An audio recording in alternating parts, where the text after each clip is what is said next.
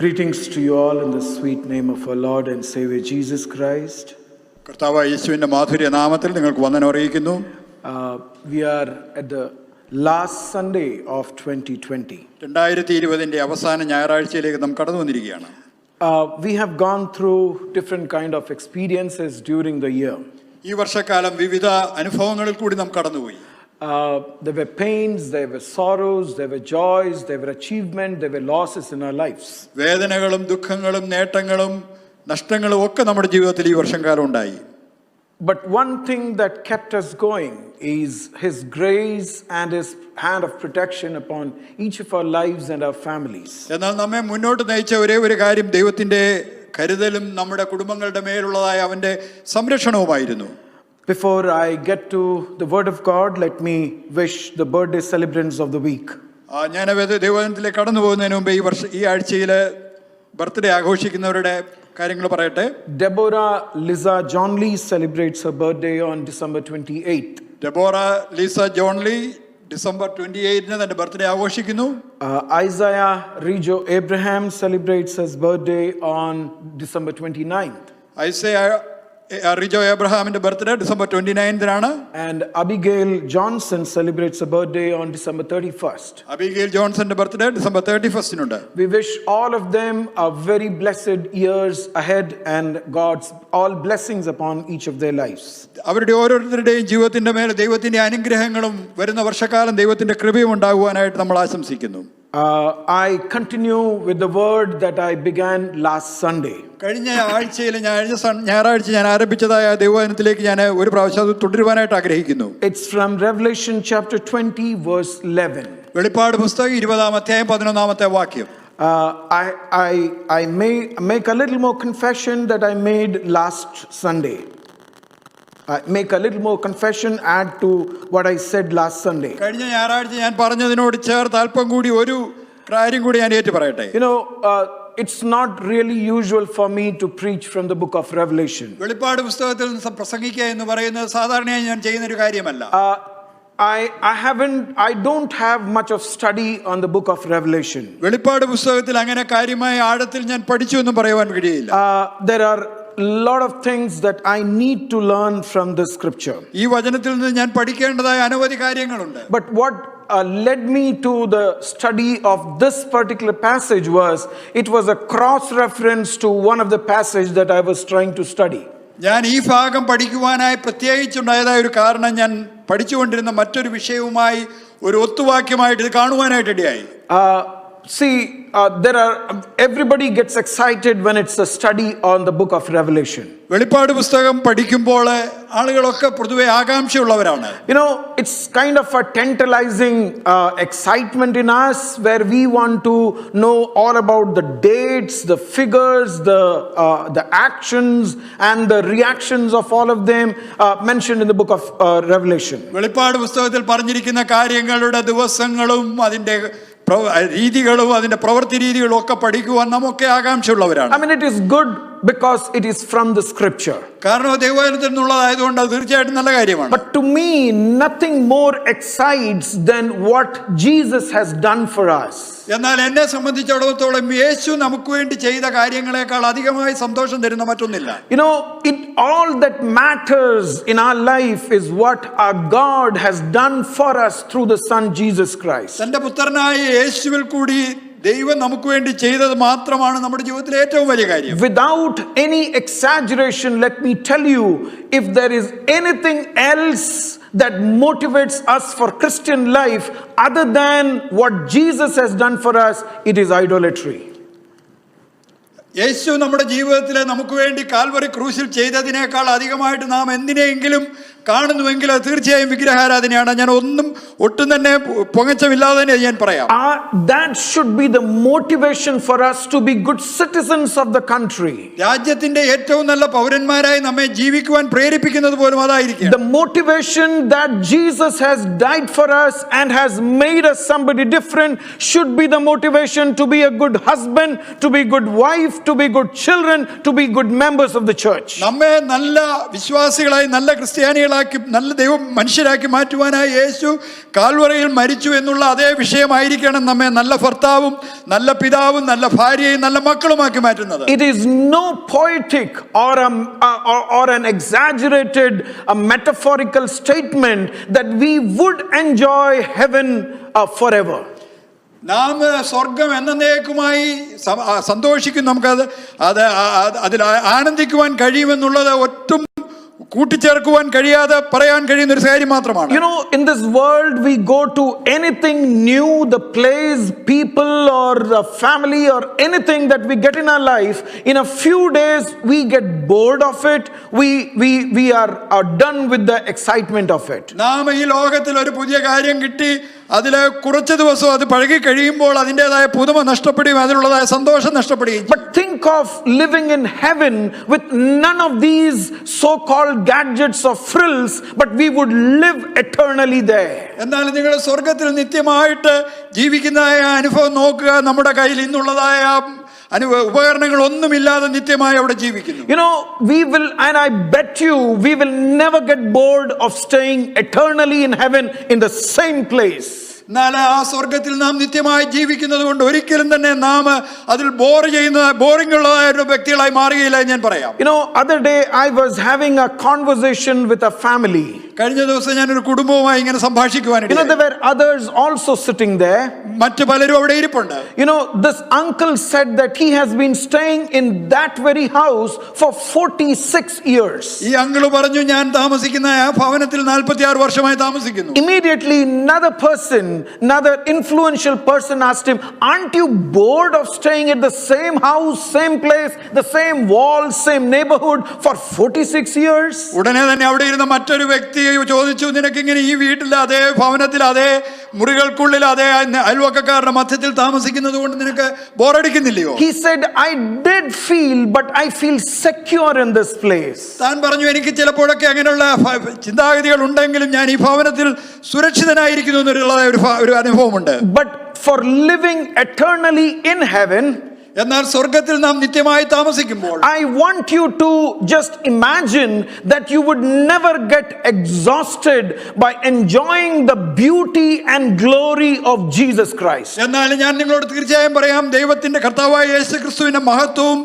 സൗന്ദര്യവും കണ്ട് നാം ഒരിക്കലും തന്നെ ക്ഷീണിച്ചു പോകുന്ന ഒരു അനുഭവം ഉണ്ടാകില്ല. Every moment you are in heaven, you will discover something new about the glory and beauty of Jesus, and that would motivate you to fall face before his feet to worship and enjoy it. സ്വർഗത്തിൽ താമസിക്കുന്ന ഓരോ നിമിഷവും കർത്താവായ യേശുവിന്റെ മഹത്വത്തെ പറ്റി നീ പുതിയതായ ചില കാര്യങ്ങൾ പഠിക്കുവാനായിട്ട് ഇടയായി തീരും. അവന്റെ പാദപീഠത്തിങ്കൽ വീണവനെ ആരാധിക്കുവാൻ അത് നിനക്ക് ഓരോ ദിവസവും ഓരോ നിമിഷവും പ്രേരകമാകും. You know, every time we get to know something new about our Savior, our bridegroom Jesus, it will make us fall before him.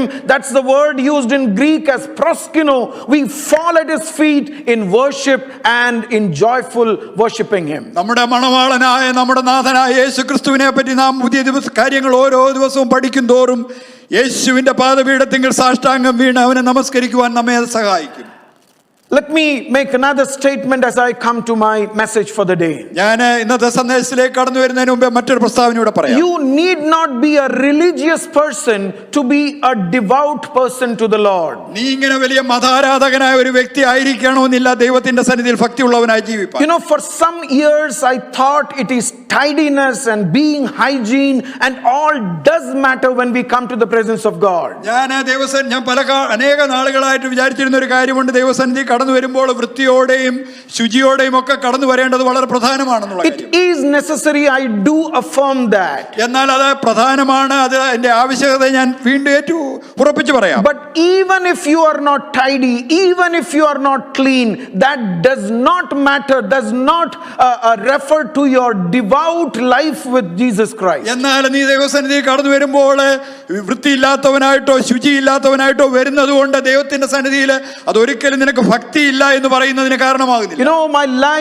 my ministry in a semi-urban setup and in rural areas made me realize that those people, when they come to the the presence of God, they are not bothered about the aesthetic of the place, of the looks that they have, but they worship the Lord freely and really freely. പട്ടണ പ്രദേശങ്ങളില് ഞാൻ ശുശ്രൂഷ ചെയ്തിട്ടുണ്ട്, ഗ്രാമപ്രദേശങ്ങളിലും ഞാൻ ശുശ്രൂഷ ചെയ്തിട്ടുണ്ട്. അതുകൊണ്ട് എനിക്കൊരു കാര്യം മനസ്സിലായിട്ടുണ്ട്. അവർ കടന്നു വരുമ്പോൾ, ആരാധനയ്ക്കായി കടന്നു വരുമ്പോൾ അവരെ എങ്ങനെ കാണപ്പെടുന്നുവെന്നോ അവരായിരിക്കുന്ന ഇടത്തിന്റെ വൃത്തി എത്തുന്നോ എന്നോ അവർ ഒട്ടും തന്നെ ബോധറിയ ദൈവസന്നിധിയിൽ ദൈവത്തെ ആരാധിക്കുവാനായിട്ട് അവർ കഴിയും.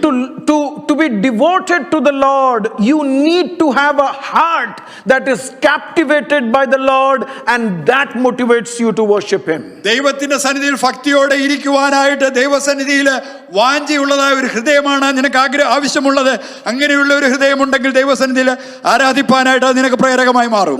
No excuses to come to the presence of God if we know the Lord demands our presence, our real physical presence in His presence. ദൈവസന്നിധിയിൽ നമ്മുടേതായ സാന്നിധ്യം ദൈവം ആഗ്രഹിക്കുന്നു എന്ന് നാം അറിഞ്ഞു കഴിയുമ്പോൾ ദൈവത്തെ ആരാധിക്കാൻ കടന്നു വരുവാൻ തടസ്സമായി മറ്റ് യാതൊരു കാര്യവും നമ്മുടെ മുമ്പിൽ ഉണ്ടാകരുത്. Coming to Revelation chapter 20 verse 11 following. വെളിപ്പാട് പുസ്തകം 20:11 മുതലുള്ള വാക്യങ്ങൾ പിന്നെയും വായിക്കാം. I'm reading verse 11 again.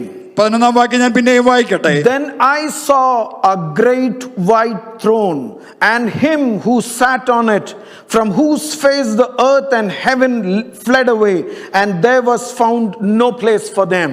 ഞാൻ വലിയൊരു വെള്ളസിംഹാസനവും അതിൽ ഒരുത്തൻ ഇരിക്കുന്നതും കണ്ടു. അവന്റെ സന്നിധിയിൽ നിന്ന് ഭൂമിയും ആകാശവും ഓടിപ്പോയി, അവയെ പിന്നെ കണ്ടില്ല. My Bible has a title on this passage. എന്റെ കയ്യിലിരിക്കുന്ന വേദപുസ്തകത്തിന് ഈ ഭാഗത്തിന് ഒരു തലവാചകമുണ്ട്. The Great White Throne Judgment. വലിയ വെള്ള സിംഹാസന ന്യായവിധി. But I see differently this passage. എന്നാൽ ഞാൻ ഈ ഭാഗത്തെ കാണുന്നത് വ്യത്യസ്തമായിട്ടാണ്. There is judgment, truly I affirm it and I agree with it. അവിടെ ന്യായവിധി ഉണ്ടെന്നുള്ളത് ശരിയാണ്, ഞാൻ അത് ഏറ്റുപറയുക തന്നെ ചെയ്യുന്നു. But then that is the beginning of a renewal of the whole world or universal order. എന്നാൽ അത് ഒരു സകല ലോകത്തിന്റെയും സകല പ്രപഞ്ചത്തിന്റെയും പുതുക്കത്തിന്റെ ഒരു തുടക്കം മാത്രമാണ്. It's the beginning of new heaven and new earth. അത് പുതിയ ആകാശത്തിന്റെയും പുതിയ ഭൂമിയുടെയും തുടക്കമാണ്. It's a new creation, a splendid creation in the presence of God. ദൈവസന്നിധിയിൽ ഏറ്റവും മനോഹരമായ ഒരു പുതിയ സൃഷ്ടിയുടെ തുടക്കം. In order for that to happen, certain things has to be removed. എന്നാൽ അത് സംഭവിക്കണമെങ്കിൽ മറ്റു ചില കാര്യങ്ങൾ അവിടെ നിന്ന് മാറ്റപ്പെടേണ്ടി. Certain evils has to be done away with. ചില ദുഷ്ടതകളെ നിത്യമായി മാറ്റേണ്ടിയിരിക്കുന്നു. If you read the preceding passage, you will see the devil has been taken care, he has been removed. അതിന്റെ മുമ്പിലുള്ള ഭാഗം വായിക്കുമ്പോൾ നമുക്കറിയാം പിശാചിന്റെ കാര്യം ദൈവം നിർണയിച്ചു, പൂർണ്ണമായും അവനെ നിത്യമായി മാറ്റിക്കളഞ്ഞു. But still there is something to be removed. എന്നാൽ ഇപ്പോഴും അവിടെ നിന്ന് മാറ്റപ്പെടേണ്ട ചിലതുണ്ട്. I mean, there is a conversation as to who all has to be removed now. ആരൊക്കെയാണ് അവിടെ നിന്ന് മാറ്റപ്പെടേണ്ടെന്നുള്ളതിനെ പറ്റി ഒരു സംസാരം അവിടെ നാം കാണുന്നു. Devil has been taken care. പിശാചിനെ നീക്കം ചെയ്തു. But then the ones who followed his ways subtly or knowingly, intentionally or unknowingly, and have fallen short of the glory of God at this point of time will have to be removed from there. അറിഞ്ഞോ അറിയാതെയോ മനഃപൂർവമായോ അല്ലാതെയോ അവനെ പിന്തുടർന്ന് ദൈവമഹത്വത്തിൽ കുറവുള്ളവരായി തീർന്നവരുടേതായ അനുഭവം അവരുടെ കാര്യവും കൈകാര്യം ചെയ്യേണ്ടിയിരിക്കുന്നു. The reason for the corruption in the world, ലോകത്തിലെ ദുഷ്ടത ഉണ്ടാകുവാനുള്ള കാരണം, devil was not involved in corrupting the world directly. He needed some means and methods and via media, and that were human beings. സാത്താന് ഭൂമിയെ ദുഷിപ്പിക്കുവാൻ നേരിട്ട് കഴിയുവാൻ കഴിയാത്തത് കൊണ്ട് അവൻ അതിന് ഇടയായി ആവശ്യമുള്ളതായ ചില വ്യക്തികളുണ്ട്. അവിടെയാണ് മനുഷ്യർ കടന്നു വന്നത്. They subtly thought that they could procrastinate coming to the Lord. ദൈവസന്നിധിയിൽ കടന്നു വരുന്നതിന് ഇനിയും സമയമുണ്ട് എന്ന് കാത്തിരിക്കുവാൻ കഴിയുമെന്ന് അവർ വിചാരിച്ചുകൊണ്ടേയിരുന്നു. They thought that let this phase be over and then I come back to the Lord.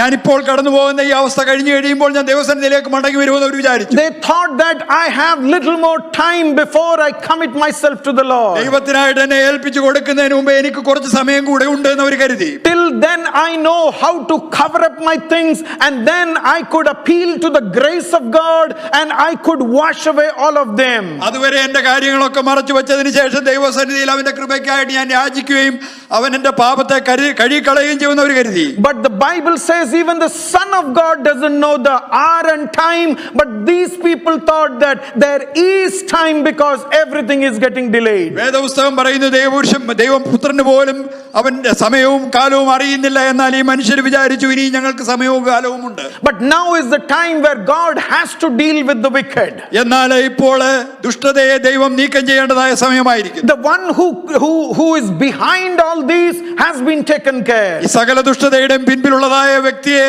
അവനെ നീക്കം ചെയ്തു കഴിഞ്ഞു. Who allowed themselves to be used, they have to be taken care. തങ്ങളെ തന്നെ അതിന് ചെയ്യുവാനായിട്ട് ഏൽപ്പിച്ചു കൊടുത്തവരുടെ കാര്യമാണ് ഇപ്പോൾ ചെയ്യേണ്ടത്. And so there is a great white throne that is set up there. അതുകൊണ്ട് അതിനുവേണ്ടി വലിയതായ ഒരു മഹത്തായ ഒരു വെള്ള സിംഹാസനം അവിടെ സ്ഥാപിച്ചു. Last week I spoke about the greatness of the throne. കഴിഞ്ഞ ആഴ്ചയിലെ ഈ സിംഹാസനത്തിന്റെ വലിപ്പത്തെ പറ്റി, മഹത്വത്തെ പറ്റി ഞാൻ സംസാരിച്ചു. You know, that's a throne above all thrones in the universe. ഈ പ്രപഞ്ചത്തിലുള്ള സകല സിംഹാസനങ്ങൾക്കും മേലായ സിംഹാസനം. The word used is a mega throne, that is a huge throne that is seen there. മെഗാത്രോൺ എന്ന് പറയുന്ന ഒരു പദത്തോട് ഉപയോഗിച്ചിരിക്കുന്നു. ഏറ്റവും വലിപ്പമുള്ളതായ ഒരു സിംഹാസനം. It is not dependable on anybody, it cannot be compared with anybody. അത് മറ്റാരുടെയും ആരാലും നിർമ്മിക്കപ്പെട്ടതല്ല, അത് ആരോട് സാമ്യപ്പെടുത്തുവാൻ കഴിയുന്നതുമല്ല. If you look at the Hebrew description of God, God is not mentioned there, but it's mentioned as a throne.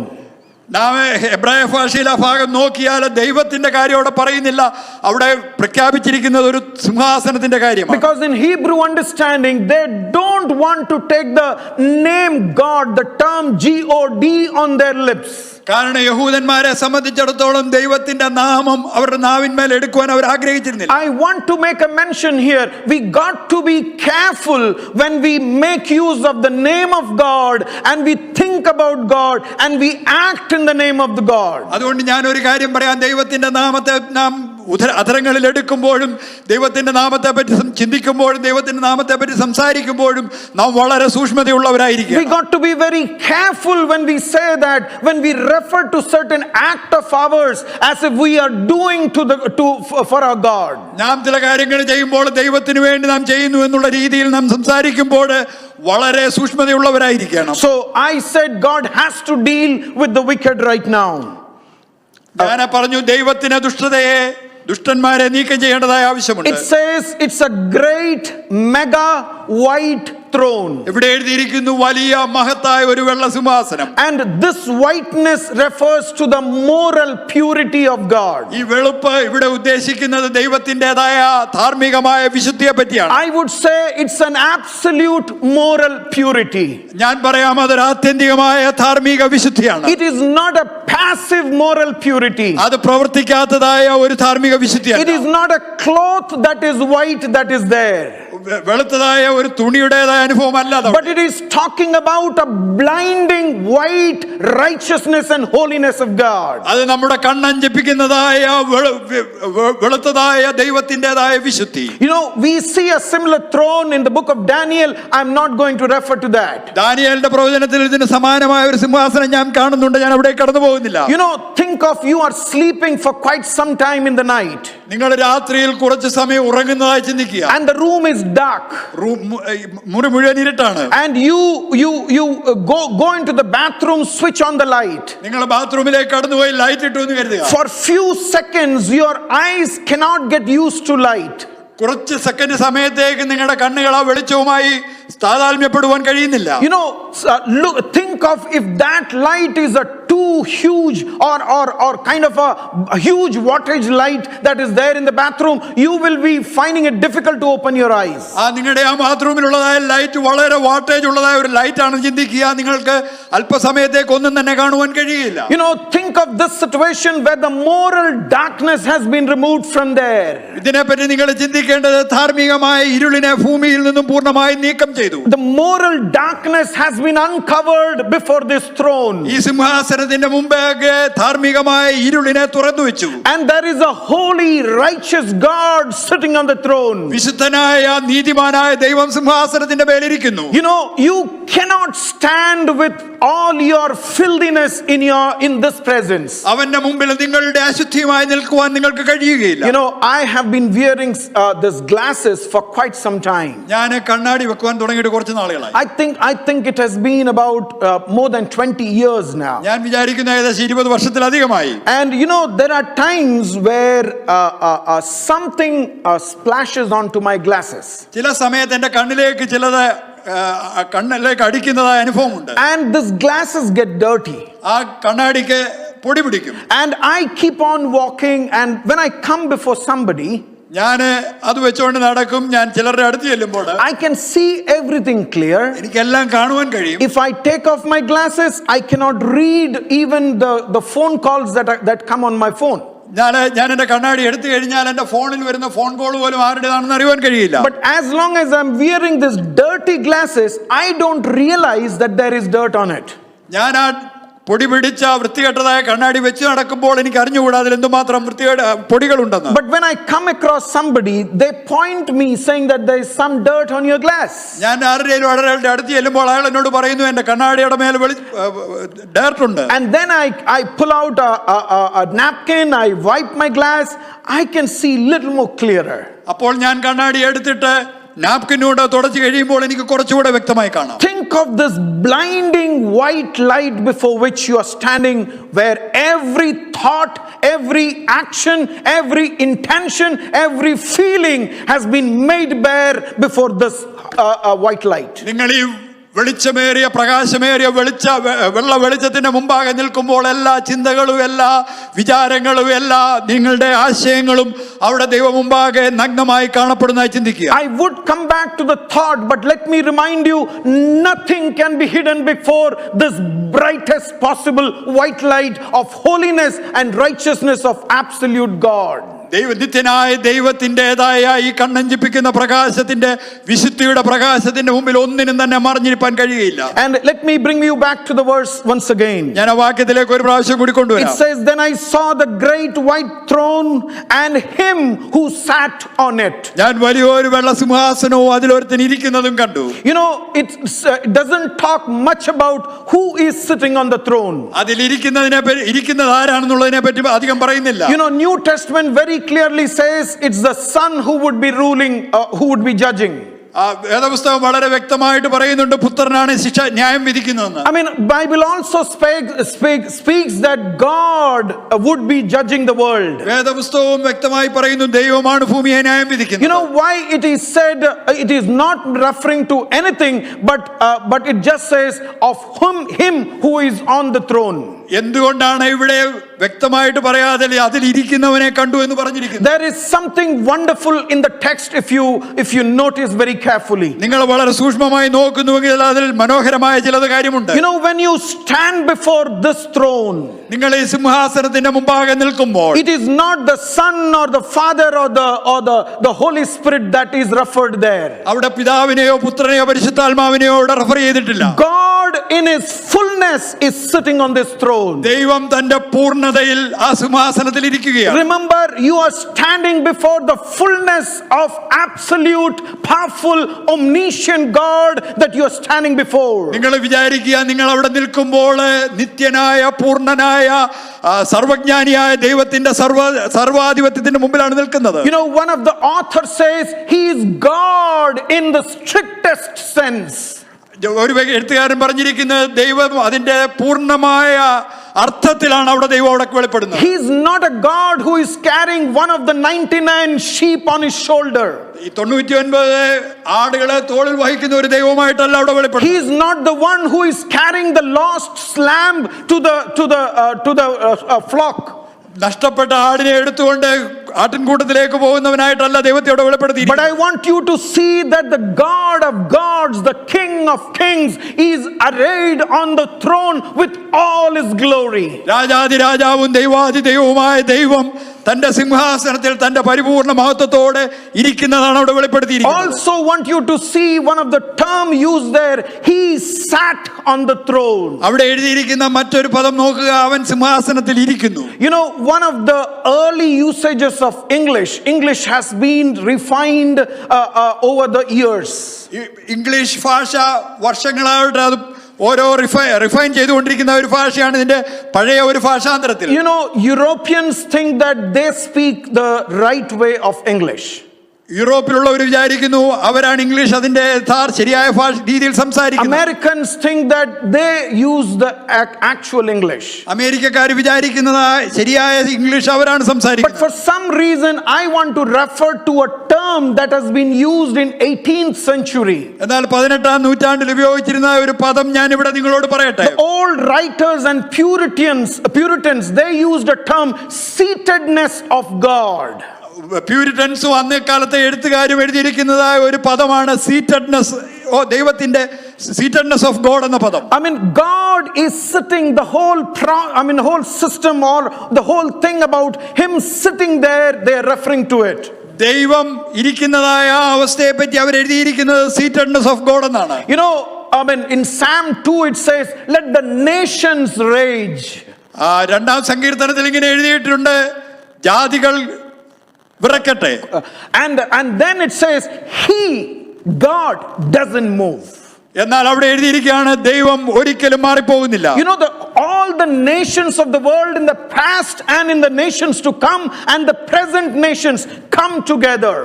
കഴിഞ്ഞ കാലത്തെ രാഷ്ട്രങ്ങളും ഇപ്പോഴുള്ളതും ഇനി വരുവാൻ പോകുന്ന രാഷ്ട്രങ്ങളും ഒരുപോലെ ഒരുമിച്ച് വരുന്നു. They bring all their ancient and the new and the coming advanced weapons together to array against this King of Kings who is on the throne. അവരുടെ കൈവശമുള്ള എല്ലാ ആയുധങ്ങളും എല്ലാ കഴിവുകളും എടുത്ത് ഈ സിംഹാസനത്തിൽ ഇരിക്കുന്ന രാജാതി രാജാവിനെതിരായിട്ട് അവർ വരികയാണ്. I want to tell you, the one who is on the throne, he will be unmoved of this situation. എന്നാൽ ആ സാഹചര്യങ്ങളൊന്നും തന്നെ സിംഹാസനസ്ഥനായവനെ ഒട്ടും തന്നെ ചലിപ്പിക്കുന്നതല്ല. He has no preoccupation. അവന് ചെയ്യാൻ മുൻകൂട്ടി ചെയ്യുവാനായിട്ട് ഒന്നും തന്നെ. He has no anxiety about what's happening there. അവിടെ എന്താണ് സംഭവിക്കുവാൻ പോകുന്നത് ഓർത്ത് അവന് യാതൊരു വിചാരവുമില്ല. He doesn't need to count the kind of ammunitions that this people can bring against him. തനിക്കെതിരായി ഈ ആളുകൾ കൊണ്ടുവരുവാൻ പോകുന്ന ആയുധങ്ങൾ എന്താണെന്ന് ഒരു കണക്കെടുക്കേണ്ട കാര്യം അവനില്ല. I mean, the one on the throne sits there calmly in composure. എന്നാൽ ആ സിംഹാസനത്തിൽ ഇരിക്കുന്നവൻ സമാധാനത്തോടെ സ്വസ്ഥതയോടെ അവൻ ആ സിംഹാസനത്തിൽ അപ്പോഴും ഇരിക്കുന്നു. You know why? എന്താണെന്ന് അറിയാമോ? You know, even if people want to row away from him, they will be unintentionally rowing towards this creator God. അവനറിയാം അവർ ദൈവത്തിൽ നിന്ന് അകന്നു പോകുവാൻ ആഗ്രഹിക്കുന്നു എങ്കിലും അവരറിയാതെ തന്നെ ഈ ദൈവത്തിന്റെ അടുത്തേക്ക് കടന്നു വരും. Because finally, as it is said in English, the buck stops there. Everybody will have to stand before this white throne. കാരണം ആത്യന്തികമായിട്ട് അവസാനമായിട്ട് സകലരും ഈ വെള്ള സിംഹാസനത്തിന് മുമ്പാകെ നിൽക്കേണ്ടവരാണ്. He is sovereign over everything in the world. ലോകത്തിലുള്ള സകലത്തിന്റെ മേലും പരമാധികാരമുള്ളവനാണ് അവൻ. Every power, every authority, every influences in the world, he is sovereign over them. എല്ലാ ശക്തികളും എല്ലാ അധികാരങ്ങളും എല്ലാ സ്വാധീനങ്ങളും ഭൂമിയിലുള്ളത് അതിനെ ഉപരിയായി അധികാരമുള്ളവനാണ് ദൈവം. In my little reading of secular and Christian publications, ക്രിസ്തീയ പബ്ലിക്കേഷൻസുകൾ സെക്യുലർ പബ്ലിക്കേഷൻ ഒക്കെ ഞാൻ വായിച്ചിട്ടുള്ള ചെറിയ അറിവിൽ നിന്ന്, I mean, people don't have problem in acknowledging Jesus as God. യേശു ദൈവമാണെന്ന് ഏറ്റു പറയുന്നതിൽ ആളുകൾക്ക് വലിയ പ്രശ്നമൊന്നും. They don't have problem in acknowledging that Jesus is a prophet. യേശു ഒരു പ്രവാചകനാണെന്ന് പറയുന്നതിൽ അവർക്ക് പ്രശ്നമൊന്നുമില്ല. They have no problem in acknowledging Jesus as healer. യേശു ഒരു രോഗസൗഖ്യദായകനാണെന്ന് പറയുന്നതിൽ പ്രശ്നമില്ല. But they have problem if you say he is the king of the world. എന്നാൽ ലോകത്തിന്റെ രാജാവ് അവൻ മാത്രമാണെന്ന് നിങ്ങൾ പറഞ്ഞു കഴിഞ്ഞാൽ അവർക്ക് പ്രശ്നമാണ്. You know why? എന്താണെന്ന് അറിയാമോ? Because every king has his law and his restrictions and disciplines in the world. കാരണം ലോകത്തിലെ എല്ലാ രാജാക്കന്മാർക്കും അവന്റേതായ നിയമങ്ങളും അവന്റേതായ അച്ചടക്ക പാലനോ രീതികളും ഒക്കെയുമുണ്ട്. And when you acknowledge Jesus as king, you are acknowledging that his laws are real and you are bound to obey it. കാരണം നീ യേശു രാജാവാണെന്ന് ഏറ്റുപറഞ്ഞു കഴിയുമ്പോൾ നീ പറയുന്നത് അവന്റെ നിയമങ്ങളെ യാഥാർത്ഥ്യങ്ങളാണെന്നും നീ അതിനെ പാലിക്കുവാൻ ബാധ്യസ്ഥനാണെന്നുമാണ്. If you acknowledge that this king speaks, you have a problem. ഈ രാജാവ് സംസാരിക്കുന്നവനാണെന്ന് നീ പറഞ്ഞു കഴിയുമ്പോൾ നിനക്കൊരു പ്രശ്നമുണ്ട്. If he is a dumb god in a picture out there, nobody has problem. അവനൊരു ചിത്രങ്ങളിൽ മാത്രം കാണുന്ന സംസാരിക്കാൻ കഴിയാത്ത ഒരു ദൈവമാണെന്ന് പറഞ്ഞാൽ ആർക്കും പ്രശ്നമില്ല. But when you say he speaks and he has spoken in the past and this is the word of God, you have a problem for you. എന്നാൽ അവൻ സംസാരിക്കുന്നവനാണെന്നും അവൻ കഴിഞ്ഞ നാളുകളിൽ സംസാരിച്ചിട്ടുള്ളവനാണെന്നും ഈ വചനം അവന്റെ വാക്കുകളാണെന്നും പറയുമ്പോൾ ആളുകൾക്ക് പ്രശ്നമാണ്. Because you have to obey the word that has come from the king who is the king. രാജാതിരാജാവായ രാജാവിന്റെ വായിൽ നിന്ന് വരുന്ന വാക്കുകൾ അനുസരിക്കുവാൻ നീ അപ്പോൾ ബാധ്യസ്ഥനാണ്. I would appreciate if you can read Psalm 2 in this picture. ഈ ചിത്രത്തിന്റെ അടിസ്ഥാനത്തിൽ നിങ്ങൾ 2-ാം സങ്കീർത്തനം വായിക്കണമെന്ന് ഞാൻ ആഗ്രഹിക്കുന്നു. You know, in verse 2 it says, the kings of the earth take their stand and the rulers conspire together against the Lord and against the anointed one, saying, let's tear their shackles apart and throw their ropes away from us. യഹോവയ്ക്കും അവൻ 2-ാം സങ്കീർത്തനം 2-ാം വാക്യം ഇങ്ങനെ പറയുന്നു, യഹോവയ്ക്കും അവന്റെ അഭിഷക്തനും വിരോധമായി ഭൂമിയിലെ രാജാക്കന്മാർ എഴുന്നേൽക്കുകയും അധിപതികൾ തമ്മിൽ ആലോചിക്കുകയും ചെയ്യുന്നത് നാം അവരുടെ കെട്ടുകളെ പൊട്ടിച്ച് അവരുടെ കയറുകളെ എറിഞ്ഞു കളക. You know, come to verse 4. 4-ാം വാക്യം. He who sits in the throne, heavens laughs, the Lord scoffs at them. സ്വർഗ്ഗത്തിൽ വസിക്കുന്നവൻ ചിരിക്കുന്നു, കർത്താവ് അവരെ പരിഹസിക്കുന്നു. You know, God laughs because he knows however wonderful you do, however ambitious you are in grabbing the power, you are nobody because the ultimate power is in my hand. ദൈവം പരിഹസിക്കുന്നതിന്, ദൈവം ചിരിക്കുന്നതിനൊരു കാരണമുണ്ട്. നീ എത്ര കഴിവുള്ളവനായാലും എത്ര ശക്തിയോടുകൂടെ ദൈവത്തിന്റെ അധികാരത്തിനെതിരെ പ്രവർത്തിച്ചാലും ആത്യന്തികമായ സകല അധികാരവും ദൈവത്തിന്റെ കരങ്ങളിലാണ്. Let me read out what John Calvin said about this verse. ഈ വാക്യത്തെ പറ്റി ജോൺ കാൽവിൻ പറഞ്ഞ കാര്യം ഞാൻ ഒന്ന് വായിക്കട്ടെ. If the wicked are full of rage and are running unrestrained, ദുഷ്ടന്മാര് വളരെയധികം ക്രോധമുള്ളവരായി അവർ ഓടി നടക്കുന്നുവെങ്കിൽ, and God does nothing about it, ദൈവം അതിനെതിരായിട്ട് ഒന്നും തന്നെ ചെയ്യുന്നില്ല. it is only because for God it is a time of laughter. അതിന്റെ ഒരേ ഒരു കാരണം ദൈവത്തെ സംബന്ധിച്ചിടത്തോളം അപ്പോൾ പരിഹാസത്തിന്റെ സമയമാണ്. Because he simply laughs because the people out there don't know the glory and the power and authority of this God. ദൈവം ചിരിക്കുന്നതിനൊരു കാരണമുണ്ട്. അവിടെയുള്ളതായ ഈ മനുഷ്യർക്ക് അറിഞ്ഞുകൂടാ ദൈവത്തിന്റെ അധികാരവും ദൈവത്തിന്റെ മഹത്വവും ദൈവത്തിന്റെ ശക്തിയും. I want to tell you, church, സഭയെ ഞാനൊരു കാര്യം പറയാം. if there is a God, ഒരു ദൈവമുണ്ട് എങ്കിൽ, and we know that there is a God, നമുക്കറിയാം ഒരു ദൈവമുണ്ട്. we want that God to be a moral God. ആ ദൈവം ധാർമ്മികതയുള്ളവനായ ഒരു ദൈവമാണെന്നാണ് നമ്മുടെ ആഗ്രഹം. We want him to be good because his goodness is an omniscient good and omnipotent good, and we want him to be good as well. അവൻ നന്മയുള്ളവനായിരിക്കണമെന്ന് നാം ആഗ്രഹിക്കുന്നു. കാരണം അവന്റെ നന്മ സർവജ്ഞാനത്തിന്റെയും സർവശക്തിയുടെയും നന്മയാണ്. But we don't want him to be good as a Hitler because that would be very devastating for the earth.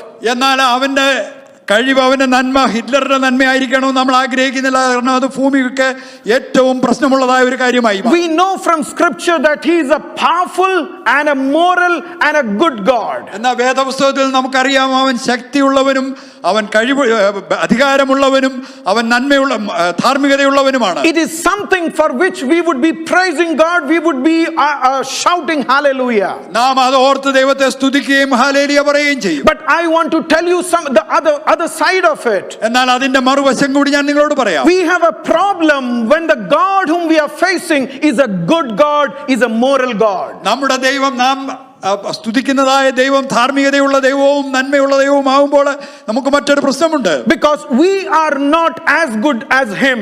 നാം അവനെ പോലെ നന്മയുള്ളവരായി മാറുന്നില്ല. Over the ages he has been appealing, be ye holy as I am holy. നൂറ്റാണ്ടുകളായിട്ട് അവൻ പറയുന്ന കാര്യമാണ്, ഞാൻ വിശുദ്ധനായിരിക്കുന്നത് പോലെ നിങ്ങളും വിശുദ്ധരായിരിക്കും. So he has two options. അതുകൊണ്ട് അവന് രണ്ട് ഓപ്ഷൻ ആണുള്ളത്. One, transform the ones who are facing him. അവനെ അഭിമുഖീകരിക്കുന്നവരെ രൂപാന്തരപ്പെടുത്തുക. The second is condemning. അല്ലെങ്കിൽ അവരെ കുറ്റം വിധിക്കുക. The transforming process is going on in the grace of God, of our God Jesus. ദൈവത്തിന്റെ കൃപയില് ആ രൂപാന്തരത്തിൻ്റെതായ പ്രവൃത്തി ഇന്ന് നടന്നുകൊണ്ടിരിക്കുന്നു. But one day it would be the condemnation in the justice of a just and righteous God. നീതിമാനായ ദൈവത്തിന്റെ നീതിയുടെ മുമ്പാകെ ഒരു ദിവസം കുറ്റം വിധിക്കുന്നതായ ഒരു ദിവസം വരുന്നു. You know, Wilson George had sung a wonderful song. Wilson George പാടിയ ഒരു മനോഹരമായ ഗാനമുണ്ട്. I mean, I like some of his songs because it's very theologically sound, but he has written in Hindi. ഹിന്ദിയിൽ എഴുതിയിരിക്കുന്ന ഈ പാട്ടുകൾ എനിക്ക് വളരെ ഇഷ്ടമാണ്. കാരണം അത് വേദശാസ്ത്രപരമായി വളരെ സത്യമായ കാര്യങ്ങളാണ്. One of the song he sang like this. താൻ പാടിയ ഒരു പാട്ട് ഇങ്ങനെയാണ്. Once he came as a man to be the savior to humankind. മനുഷ്യവർഗത്തിന്റെ രക്ഷയ്ക്കായിട്ട് അവൻ ഒരു ദിവസം മനുഷ്യനായി കടന്നു വന്നു. But now he comes again as a judge to give justice to humankind. മനുഷ്യവർഗത്തിന് നീതി നൽകുവാൻ ഇനി അവനൊരു നീതിമാനായ ജഡ്ജായിട്ട് കടന്നു വരും. I know when I talk of eternal condemnation and eternal justice of God, some of you will get upset about it. ഞാൻ ദൈവത്തിന്റെ നിത്യമായ നീതിയെ പറ്റിയും ദൈവത്തിന്റെ നിത്യമായ ശിക്ഷാവിധിയെ പറ്റിയും പറയുമ്പോൾ നിങ്ങൾ ചിലർക്കെങ്കിലും അത് പ്രയാസമുണ്ടാവും. You know, in some segment of our church we follow the Catholic idea of hell. നമ്മുടെ സഭകളിലെ ചിലരെങ്കിലും കത്തോലിക്കരുടേതായ നരകത്തെ പറ്റിയുള്ള ചിന്താഗതി ഫോളോ ചെയ്യുന്നവരാണ്. You talk of the hell with furnace and fire and brimstone out there.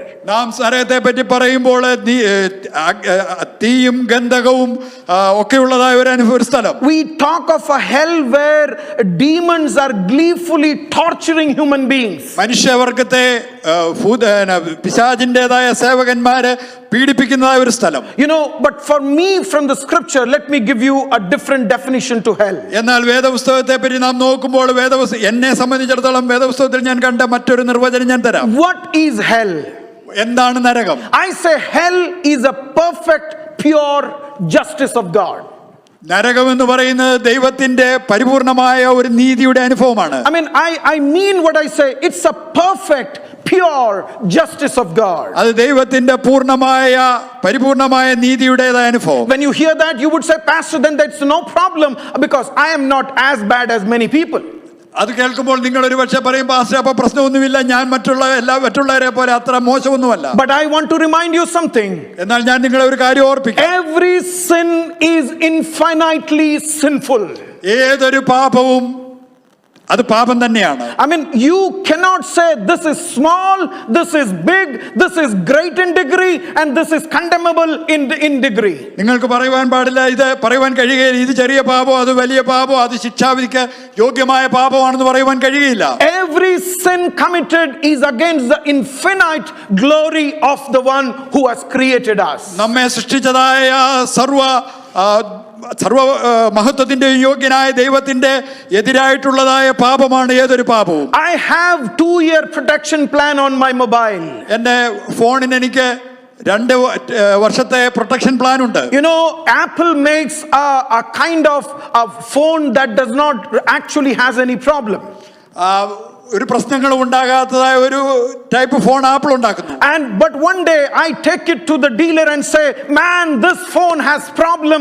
This could be rare, but the one I have in my hand has a problem. ഞാനൊരു ദിവസം ഇതുകൊണ്ട് ഡീലറുടെ അടുത്തിട്ട് പോയിട്ട് പറയുകയാണ്, സാധാരണ ഉണ്ടാകാത്ത പ്രോബ്ലം ആണെങ്കിലും എന്റെ കയ്യിലിരിക്കുന്ന ഫോണിന് ഇപ്പോൾ പ്രശ്നമുണ്ട്. There is a problem in the phone. ഫോണിലുള്ളതായ പ്രശ്നം എവിടെയാണ്? And he very humbly says, let me take it to the back station and check it up and I'll come up with the diagnosis. താൻ അതുകൊണ്ട് അടുത്ത മുറിയിലേക്ക് കടന്നുപോയി check ചെയ്തിട്ട് അതിന്റെ ഡയഗ്നോസുമായിട്ട് വരട്ടെ എന്ന് പറയുന്നു. And after few minutes he comes back and talks to me. ചില മിനിറ്റുകൾക്ക് ശേഷം താൻ മടങ്ങി വന്ന് എന്നോട് ഇങ്ങനെ പറയുകയാണ്, you know, gentleman, I mean, it's good that you chose the best phones in the world as your phone, the iPhone. പ്രിയ സ്നേഹിത, നീ ഏറ്റവും നല്ല ഐഫോൺ നിന്റെ ഫോണായിട്ട് എടുത്തതിൽ ഞാൻ സന്തോഷിക്കുന്നു. But I want to tell you something. എന്നാൽ എനിക്കൊരു കാര്യം നിന്നോട് പറയുവാനുണ്ട്. When this phone was sold, there was a handbook that was given with it. അത് ഈ ഫോൺ നിനക്ക് വിറ്റ സമയത്ത്, നിനക്ക് നൽകിയ സമയത്ത് അതിനോടൊപ്പം ഒരു ഹാൻഡ് ബുക്ക് തന്നിരുന്നു. True, we agree it was too small. ഞാൻ പറഞ്ഞു ശരിയാണ്, അത് വളരെ ചെറുതായിരുന്നു. It was too difficult to read them. അത് വായിക്കുവാൻ വളരെ പ്രയാസമായിരുന്നു. But the company guy says, you should have read that. അപ്പോൾ ആ കമ്പനിയുടെ പ്രതിനിധി പറയുകയാണ്, നീ അത് വായിക്കേണ്ടിയിരുന്നു. My excuse that I cannot read it, it's difficult to understand, it's not readable, is not an excuse out there. എന്റെ എക്സ്ക്യൂസ് ആണ്, അത് വായിക്കുവാൻ പ്രയാസമാണ്, അത് വളരെ ചെറുതാണ്, ഞാൻ വായിക്കുവാൻ കഴിയുന്നതല്ല എന്ന് പറയുന്നത് അവിടെ സ്വീകാര്യമല്ല. But he says, this phone has gone into water, and so we don't cover the guarantee that we had promised to you. താൻ പറഞ്ഞു, നിന്റെ കയ്യിലിരുന്നതായ ഈ ഫോൺ വെള്ളത്തിൽ വീണു, അതുകൊണ്ട് ഞങ്ങള് ഇതിന് തന്നതായ വാറണ്ടി ഞങ്ങൾ അംഗീകരിക്കുകയില്ല. I'd say, I never heard about it, you never told me when you sold it to me. ഞാൻ പറഞ്ഞു, ഞാൻ അത് ഇതുവരെയും കേട്ടില്ല, ഞാൻ വിറ്റ സമയത്ത് നിങ്ങൾ എന്നോട് It is written in that small book. അപ്പോൾ താൻ പറഞ്ഞു, ആ ചെറിയ ബുക്കിൽ അത് എഴുതിയിട്ടുണ്ട്. The limitations for its use has been specified in that small book. ആ കൊച്ചു ബുക്കിൽ ഇത് എവിടൊക്കെ ഉപയോഗിക്കണമെന്നുള്ളതായ അതിന്റെ പരിമിതികൾ എഴുതിയിട്ടുണ്ട്. But brother, I didn't have time to read that book. സഹോദര, അത് വായിക്കുവാൻ എനിക്ക്, ആ കൊച്ചു ബുക്ക് വായിക്കുവാൻ എനിക്ക് സമയമില്ലായിരുന്നു. I didn't think that was meaningful or something worth reading. അത് വായിക്കുവാൻ യോഗ്യമാണെന്നോ ആവശ്യമുള്ളതാണെന്നോ ഞാൻ വിചാരിച്ചില്ല. I looked into the blogs and I looked into other people who could interpret those books, and that I was content with those interpretations. അത് വ്യാഖ്യാനിക്കാൻ കഴിയുന്നുള്ള മറ്റു വ്യക്തികളുടെ ബ്ലോഗിലും അവരുടെ ഉപദേശങ്ങളും ഒക്കെ ഞാൻ നോക്കി, അതിൽ മതിയാകുമെന്നാണ് ഞാൻ കരുതിയത്. None of these excuses stand there. ഈ ഒരു എക്സ്ക്യൂസസും അവിടെ അതിന് വിലയില്ല. They will say that you have flaunted the rules, you have breached the limitations set by the company, so we are not responsible for it. അവർ പറയും, company വെച്ചതായ നിയമങ്ങളെ നീ അതിന്റെ പരിധി വിട്ടിരിക്കുന്നു, അതുകൊണ്ട് ഞങ്ങൾ ഇതിന് ഉത്തരവാദികളല്ല. Adam and Eve, they bit of fruit. ആദാമിനും ഹവ്വായ്ക്കും ഒരു പഴമാണ് കഴിച്ചത്. But the implication of that disobedience, till now we are reaping it. അവരുടേതായ അനുസരണക്കേടിന്റേതായ ഫലം അത് ഇന്നും നമ്മൾ അത് കൊയ്തുകൊണ്ടിരിക്കുകയാണ്. No, that's why David says sin committed is against God. അതുകൊണ്ടാണ് ദാവീദ് പറയുന്നത്, പാപം ചെയ്യുമ്പോൾ അത് ദൈവത്തിനെതിരായിട്ടാണ് പാപം. And David says it will be judged. ദാവീദ് പറയുന്നു, അതിന് തീർച്ചയായും ശിക്ഷാവിധി ഉണ്ടാകും. Want to remind you that judgment would be horrific. ഞാൻ നിങ്ങളെ ഓർപ്പിക്കട്ടെ, ആ ശിക്ഷ എന്ന് പറയുന്നത് അത് ഭയാനകമായിരിക്കും. God will judge any sin committed by any individual. ഏതൊരു വ്യക്തിയും ചെയ്ത ഏതൊരു പാപത്തെയും ദൈവം അതിന് ശിക്ഷാവിധി നൽകും. May it be the pastors, may it be the beneficiaries of it, or whoever it is, they will reap the benefit of the sin that they have committed. അതൊരു പക്ഷേ പാസ്റ്റർ ആയിരിക്കാം, അതല്ലെങ്കിൽ വിശ്വാസി ആയിരിക്കാം, ആരായിരുന്നാലും അവര് ആ പാപത്തിന്റേതായ ശിക്ഷ അനുഭവിച്ചാൽ മതിയാകും. Coming back to verse 11 again. 11ാം വാക്യത്തിലേക്ക് ഞാൻ വീണ്ടും മടങ്ങി. Then I saw a great white throne and him who sat on it, from whose face the earth and the heaven fled away. ഞാൻ വലിയൊരു വെള്ള സിംഹാസനവും അതിലൊരുത്തൻ ഇരിക്കുന്നതും കണ്ടു, അവന്റെ സന്നിധിയിൽ നിന്ന് ഭൂമിയും ആകാശവും ഓടിപ്പോയി. The word used there for fleeing is flugo, which means the one who is fleeing is scared of something and he runs to hide himself. അവിടെ ഓടിപ്പോവുക എന്ന് എഴുതിയിരിക്കുന്നതിന് ഉപയോഗിച്ചിരിക്കുന്നതായ പദം ഫ്ലൂഗോ എന്നൊരു പദമാണ്. അതിന്റെ അർത്ഥം ഭയപ്പെട്ട് ഒളിച്ചോടി എന്നുള്ളതായ ഒരു അർത്ഥമാണ്. What are they fleeing away from? അവരെന്തിന്റെ അരികിൽ നിന്നാണ് ഓടിപ്പോകുന്നത്? What are you scared of?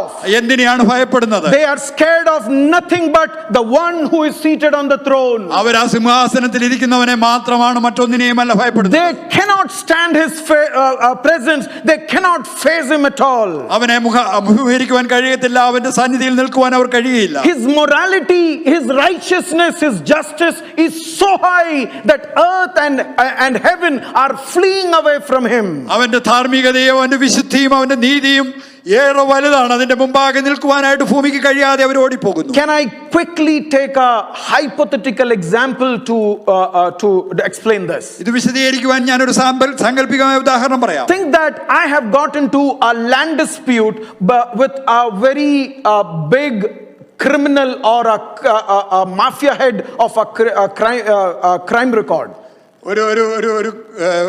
ഒരു വലിയ കുറ്റവാളിയായിട്ടുള്ള അല്ലെങ്കിൽ ക്രൂരനായ ഒരു വ്യക്തിയുമായി ഞാനൊരു ഭൂമിയുടെ കാര്യത്തിൽ ഒരു ഒരു ഡിസ്പ്യൂട്ട് ഉണ്ടെന്ന് He is കരുതുക. the head of an organized crime. Organised ക്രൈമിന്റെ ഒരു തലവനാണ് അവൻ. He is dreadful in the nearby places. ആ പ്രദേശങ്ങളിലൊക്കെ ക്രൂരനായിട്ട് അറിയപ്പെടുന്നവനാണ്. And I walk to the court. ഞാൻ കോടതിയിലേക്ക് പോകുന്നു. I have nobody to support me.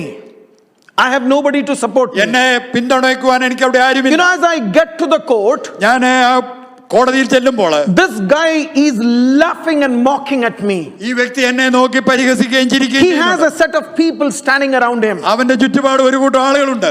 And as I come to the court, at the trial room, I realize that this guy is mocking at me because he has bought the corrupt judge as well. ഞാൻ ആ കോടതി മുറിയിലേക്ക് വിസ്താരത്തിനായിട്ട് കടന്നു വരുമ്പോൾ എനിക്ക് മനസ്സിലായി ആ വ്യക്തി എന്നെ പരിഹസിച്ചിരിക്കുന്നതിന്റെ കാരണം അവിടെ ഇരിക്കുന്ന ജഡ്ജിയെയും അവൻ വിലക്കെടുത്തിരിക്കുകയാണ്. I would be scared and terrified. All that I want to do is to run away from there because I know I will not get justice. ഞാൻ വളരെ ഭയത്തോടെ വിറയലോടെ അവിടെ കടന്നു വരുമ്പോൾ എനിക്ക് അവിടുന്ന് ഓടിപ്പോയാൽ മതിയാകുമെന്നാകും. കാരണം എനിക്കറിയാം എനിക്ക് അവിടെ നിന്ന് നീതി ലഭിക്കില്ല. But then, think of the whole reversal of the situation. എന്നാൽ ആ സാഹചര്യം മുഴുവനെ മറിഞ്ഞു വന്നിരിക്കുന്ന ചിന്തിക്കുക. You know, I am coming to the court. ഞാൻ കോടതിയിലേക്ക് കടന്നു വരുന്നു. These guys are intimidating and they are laughing and mocking at me. ഈ വ്യക്തികളൊക്കെ എന്നെ ഭയപ്പെടുത്തുകയും എന്നെ പരിഹസിക്കുകയും ചിരിക്കുകയും I ചെയ്യുന്നുണ്ട്. know the judge has been bought. എനിക്കറിയാം ജഡ്ജിയെ വിലക്കെടുത്തിരിക്കുകയാണ്. So it's just a matter of time that I will lose the precious land that I have. അതുകൊണ്ട് അല്പസമയത്തിനുള്ളിൽ എന്റെ വിലയപ്പെട്ടതായ വസ്തു എനിക്ക് നഷ്ടപ്പെടും. I'm scared walking into the court. ഞാൻ ഭയത്തോടെ ആ കോർട്ടിലേക്ക് കടന്നു വരുന്നു. But the higher authority, knowing that this judge is corrupt, ഈ ജഡ്ജിയെ വിലക്കെടുത്തിരിക്കുകയാണെന്ന് അവന്റെ മുകളിലുള്ളവൻ അറിയുന്നത് കൊണ്ട് they change him from the seat and bring in a just judge in that seat. അവൻ അവരെ അധികാരത്തിൽ നിന്ന് മാറ്റിയിട്ട് നീതിമാനായ ഒരു ജഡ്ജി അവിടെ കൊണ്ടുവന്നിരിക്കുന്നു. He is somebody who is so sharp and who is just, and nobody can change his justice. വളരെ സൂക്ഷ്മതയുള്ള നീതിമാനായ ഒരു വ്യക്തിയാണ്. അവനെ ആർക്കും മാറ്റുവാൻ കഴിയില്ല. Do you know how the scene would change? നിങ്ങൾക്കറിയാമോ അവിടുത്തെ രംഗം എങ്ങനെ മാറും? I would be happy. ഞാൻ സന്തോഷമുള്ളവനായിരിക്കും. I would be happy to stand in the witness box. അവന്റെ മുമ്പാകെ നിൽക്കുവാൻ ഞാൻ സന്തോഷത്തോടെയായിരിക്കും. And this guy who was laughing at me, എന്നെ പരിഹസിച്ച ഈ വ്യക്തി, thinking that he can buy anything in this world with his money power and by his criminal power. അവന്റെ കഴിവ് കൊണ്ടും ശക്തി കൊണ്ടും പണം കൊണ്ടും അവന്റെ കുറ്റവാസന കൊണ്ട് ഈ ഭൂമിയിൽ എന്തിനെ വിലയ്ക്ക് വാങ്ങുവാൻ കഴിയുമെന്ന് കരുതി. He wants to run away from here. അവൻ അവിടെ നിന്ന് ഒളിച്ചോടി പോവാൻ He knows that he cannot stand the justice of this just judge sitting on the seat. ഈ സിംഹാസന ഈ കസേരയിൽ ഇരിക്കുന്ന നീതിമാനായ ജഡ്ജിയുടെ നീതിയുടെ മുമ്പിൽ നിൽപ്പാൻ കഴിയില്ല എന്ന് അവനറിയാം. That is the scene when the sinner comes to the presence of God. അതാണ് ദൈവസന്നിധിയിലേക്ക് പാപി കടന്നു വരുമ്പോഴുള്ളതായ രംഗം. Job says when God calls him to dialogue, he says, there is nothing I want to speak to you. Job, when he was called to dialogue with the Lord, ദൈവവുമായി സംഭാഷിക്കുവാനായി യോബിനെ വിളിച്ചപ്പോൾ യോബ് പറയുന്ന ഒരു കാര്യമുണ്ട്, എനിക്ക് നിന്നോട് സംസാരിക്കുവാൻ കഴിയില്ല. And he says, I would not talk. Whatever you say is acceptable to me. നീ എന്ത് പറഞ്ഞാലും ഞാൻ അത് സ്വീകരിക്കും, ഞാൻ നിന്നോട് സംസാരിക്കുകയില്ല. Church, at this point, it's a very dreadful time.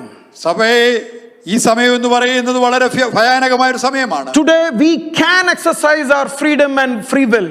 നമുക്ക് ഇന്ന് നമ്മുടേതായ ഇഷ്ടവും നമ്മുടേതായ സ്വതന്ത്രമായ ചിന്തകളും ഒക്കെ ഉപയോഗിക്കുവാനായിട്ട് കഴിയും. We can justify the little wrongs that we do by whatever conventional laws and norms of the society. നാം ചെയ്യുന്ന ചെറിയ കുറവുകളും തെറ്റുകളും ഒക്കെ ഇന്നത്തെ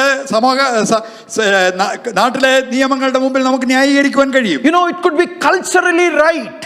ഒരുപക്ഷെ സാംസ്കാരികമായി ശരിയാണെന്ന് പറയും. It could be the norm of the society. അല്ലെ സമൂഹത്തിൻ്റെതായ സാധാരണ കാര്യമാണെന്ന് പറയും. Influential Bible believing Christians may be doing it.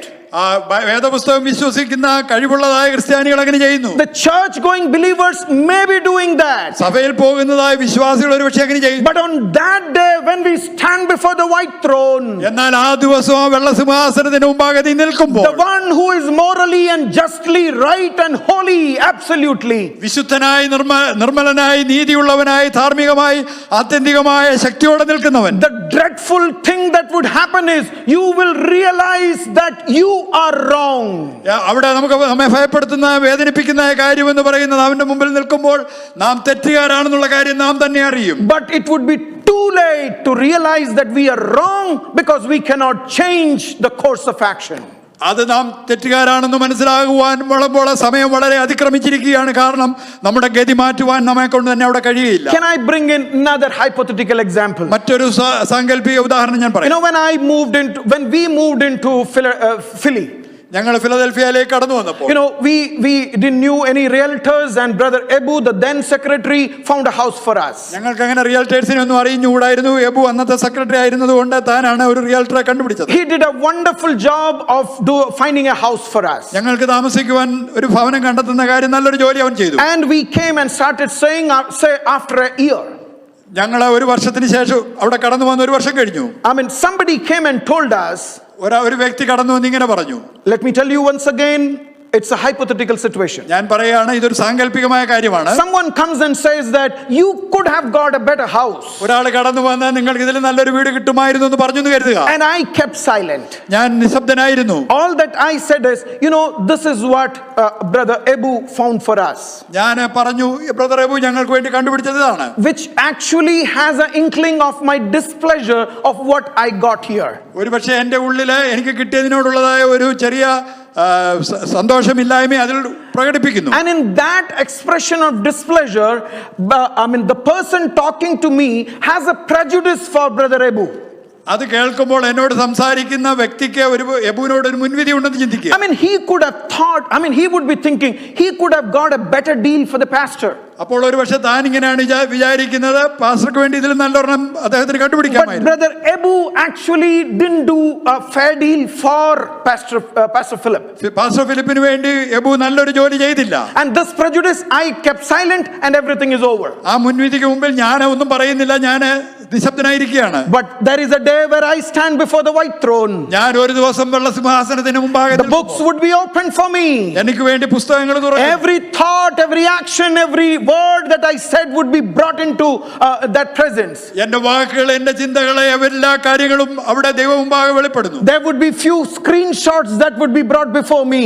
എൻ്റെ മുമ്പാകെ വെളിപ്പെടുന്നതായ ചില സ്ക്രീൻഷോട്ടുകൾ. Philip, you were silent when that person was actually accusing Ebu for not finding a good deal for you.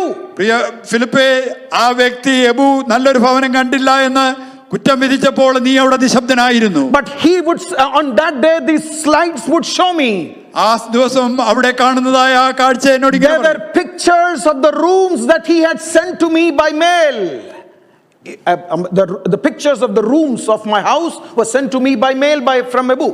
എബു മെയിലിൽ എനിക്ക് അയച്ചു തന്നതായ വീടിൻ്റെതായ ചിത്രങ്ങളൊക്കെ ആ സമയത്തോടെ കാണിക്കും. And then he asked me, do you want to come and look the house, or is this pictures enough for you to make a decision? താൻ ചോദിച്ചു, ആ സമയത്ത് നീ വന്ന് വീട് കാണണമോ അതോ ഈ ചിത്രങ്ങൾ മതിയാകുമോ? I said no, as long as you see and with the inference that I derive from these pictures, the house is good enough. ഞാൻ പറഞ്ഞു, ഞാൻ ഈ കണ്ട ചിത്രങ്ങളെ പോലെ തന്നെയാണെന്ന്, നല്ലതാണെന്ന് നീ വിചാരിക്കുന്നുവെങ്കിൽ എനിക്കത് മതിയാകും.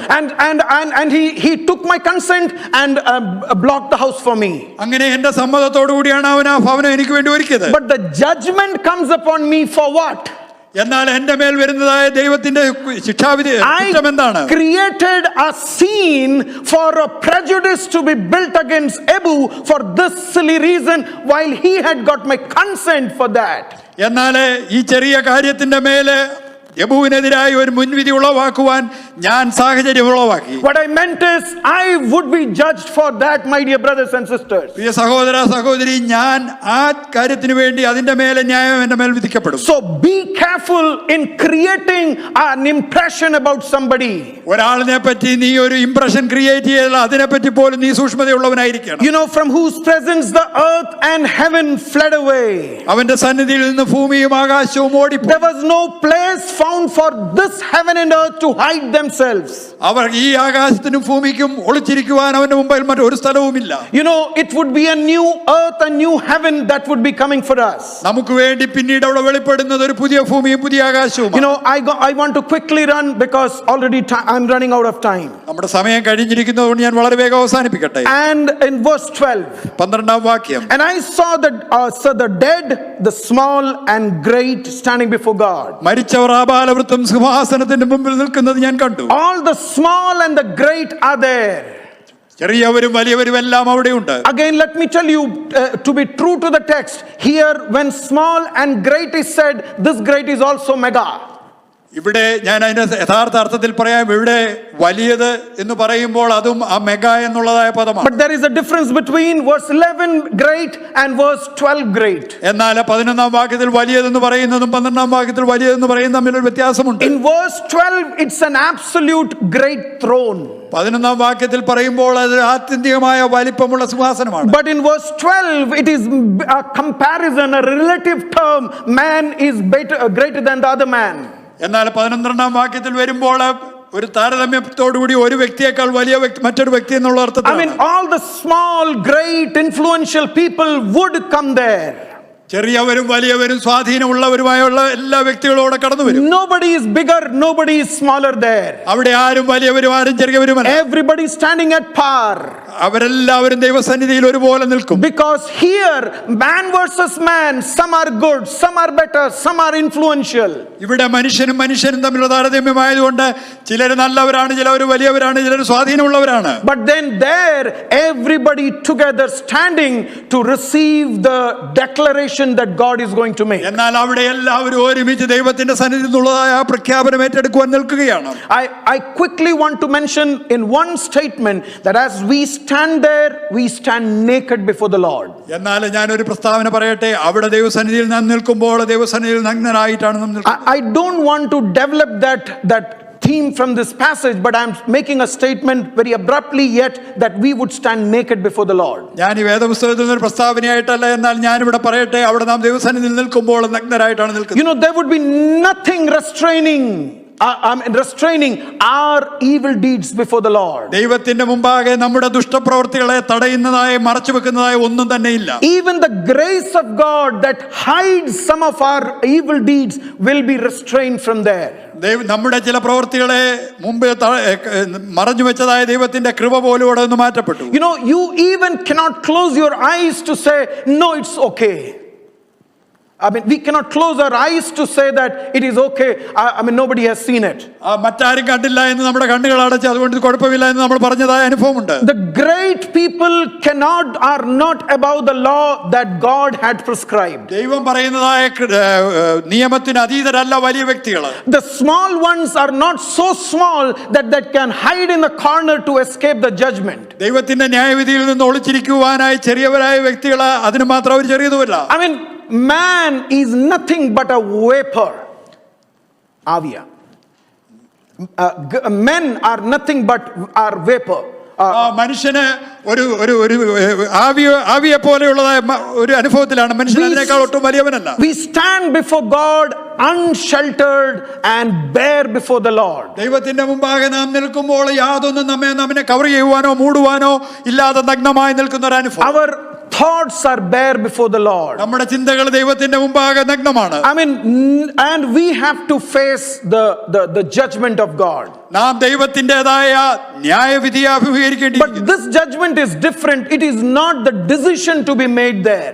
അവിടെ തീരുമാനമെടുക്കുന്നതായ ഒരു ജഡ്ജ്മെന്റ് ആയിട്ടല്ല അവിടെ കാണുന്നത്. And get me right, it is not a decision of the Lord which is going to be told to you.